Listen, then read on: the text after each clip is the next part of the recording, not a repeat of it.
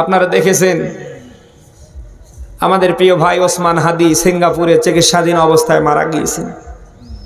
শুধু বাংলাদেশ নয়, তামাম পৃথিবীর যত বাংলা ভাষাভাষী মানুষ তার জন্য চোখ থেকে পানি ঝরাচ্ছে। আরে ভাই, জীবন যদি গঠন করতে হয় এরকম ওসমান হাদির মতো জীবন গঠন করেন। মরে যাবার পরে মানুষ যেন অন্তত ছবিটা সামনে ঠেলে দিয়ে আল্লাহর কাছে দোয়া করে। বলেন, আপনি এমন জীবন গঠন করে ফেলেছেন, একটু অসুস্থ হয়ে ঢাকা পর্যন্ত গিয়েছেন বা গাইবান্ধা সদর হাসপাতালে আপনাকে নেওয়া হয়েছে। মানুষ সবাই তাহাজ্জুদে সেজদায় পড়ে বলছে আল্লাহ শয়তানটা যেন আর বাসায় না আসে। আপনি একটু অসুস্থ হয়েছেন, এখন আজরাইল আসতে 10-20 বছর বাকি আছে। আল্লাহ না করুক আপনি যদি এই অবস্থায় মারা যান, আমার মনে হয় না যে কারোর হাত ফাঁকা যাবে। প্রত্যেকের হাতে হাতে 3.5 হাতের লাঠি থাকবে। এই যদি হয় আপনার বাস্তব অবস্থা, তো আপনি জান্নাতুল ফেরদাউসে যাবেন নাকি? এই জন্য এমন জীবন করিব গঠন, মরার পরেও যেন, আরো জোরে বলেন, বলেন সবাই বলেন, এমন জীবন করিব গঠন মরার পরেও যেন আমি কারোর উপকার করতে না পারলে আমি ক্ষতি করব না। পারবো আমরা প্রত্যেকেই এরকম জীবন গঠন করতে চাই। ভাই কি করছি, চিরদিন থাকতে চাইলেও থাকতে পারবো না, এই আছি। সবাই বলেন এই আছি। ও আজরাইল যে কখন কোন সময় ওসমান হাদির মতো এরকম এসে পড়বে, ওকে আর ফেরানো যাবে না। এই জন্য এখনই এই মুহূর্তে আপনাকে আলিফের মতো সোজা হয়ে ফিরে আসা লাগবে। মরে যাবার পরে এই হুজুরেরা ঠান্ডা পানি গরম করে যতই আপনারে গোসল দিয়ে ও কাপড় দিয়ে টেনে সোজা করুক, ওই সোজা হয়ে কাজ হবে? হ্যাঁ, আপনাকে সোজা হওয়া লাগবে মরার আগে না পরে। দুনিয়ায় তো চিরদিন কেউ থাকবো না, দুনিয়াটা তো থাকার জায়গা না। আপনি থাকতে চাইলেও পারবেন না। যে কয়েকদিন আপনার ডাউল চাউল আছে, আপনি হয়তো এই কয়েকদিন থাকতে পারেন। ডাউল চাউল যদি বন্ধ হয়ে যায়, একটা সেকেন্ডও আপনাকে আর রাখা হবে না। আপনি কি দেখতে পান না কত ভালো মানুষ রাতের বেলা খেয়ে দিয়ে ঘুমিয়ে যায়, সকাল আর করতে পারে না। 8টা-9টার ভেতরে পুরো এলাকায় যেন মুখে মুখে মানুষের পড়ে যায়, অমুক আর নেই। বলুন না কেন? আরে ভাই, আজকে আপনার আমার জীবনের শেষ রাত এটা হতে পারে কিনা বলেন? কেউ কি বুকে হাত দিয়ে বলতে পারবো হুজুর আমি আরো সামনে 10 বছর বাঁচবো? আমি বলতে পারি ইনি নিঃশ্বাসের কোনো বিশ্বাস আছে? কত ভালো মানুষকে দেখতে পাই, মুহূর্তের ভেতরে যেন শেষ। ওরে ভাই, ওরকম সময় তো আমাদেরও আসতে মারে। আপনি কি নিয়ে যেতে পারবেন বলেন তো? কি দেবে এই সমাজের মানুষ, কি দেবে আপনার পরিবার? আপনি তো আইসেন একা, যাবেন একা। আসার বেলায় যেমন কিছু আনতে পারেননি, আপনি তো যাবার বেলায়ও যাবেন, কিচ্ছু নিয়ে যেতে পারবেন না।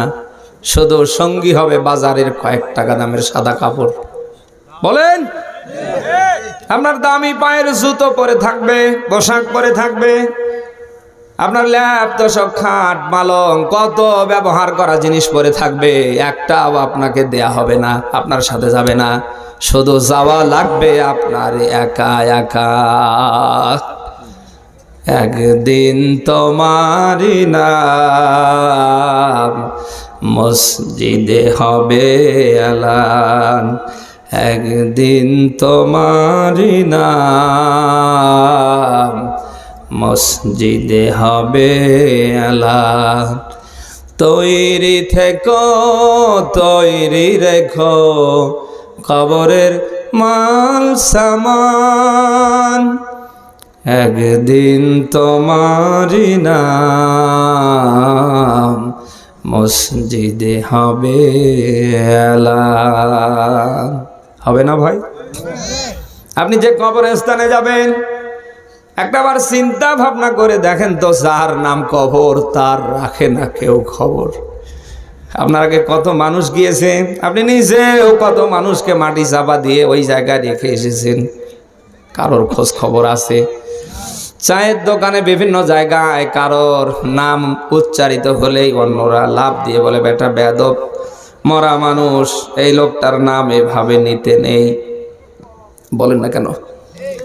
এই বলে না, বলে না, বলে না। যার নাম কবর তার রাখে না কেউ।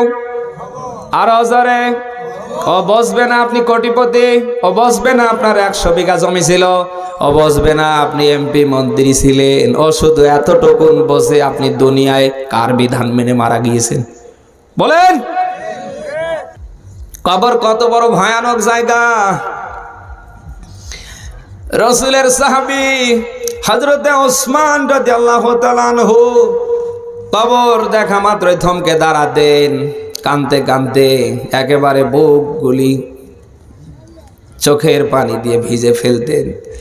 লোকেরা জিজ্ঞেস করলেই বলতেন, আমি রাসূলের কাছ থেকে শুনেছি যার কবর ভালো হবে পুরো হাসরের জিন্দেগি তার জন্য ভালো হবে। আর এই কবর যদি কারোর জন্য খারাপ হয়ে যায় পুরো হাসরের ময়দানটা তার জন্য খারাপ হয়ে যাবে। গাইবান্ধাবাসী জানতে চাই রাসূলের সাহাবী হযরতে ওসমান কি জানো তেন মানুষ ছিলেন না? কথা বলা লাগবে ভাই। 10 জন সাহাবী দুনিয়ায় জিন্দা থাকতে জান্নাতের সার্টিফিকেট পেয়েছিলেন, তার ভেতরে হযরতে ওসমানের নাম এসেছিলেন 3 নম্বরে।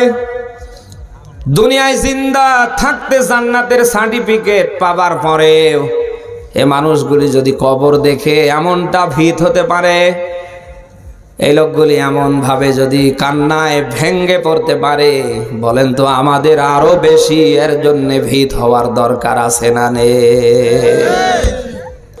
কবর ভয়ানক জায়গাটা ভাই। 6 দিন পরে নখ খসে যাবে, 9 দিন পরে চুল, কবর গাহের সামান নিতে কইরো না কেউ ভুল।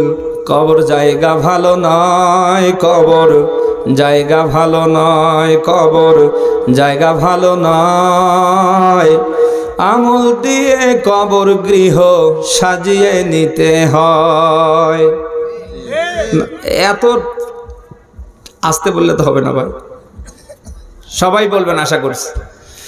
6 দিন পরে নখ খসে যাবে, 9 দিন পরে চুল, কবর গাহের সামান নিতে কইরো না কেউ ভুল।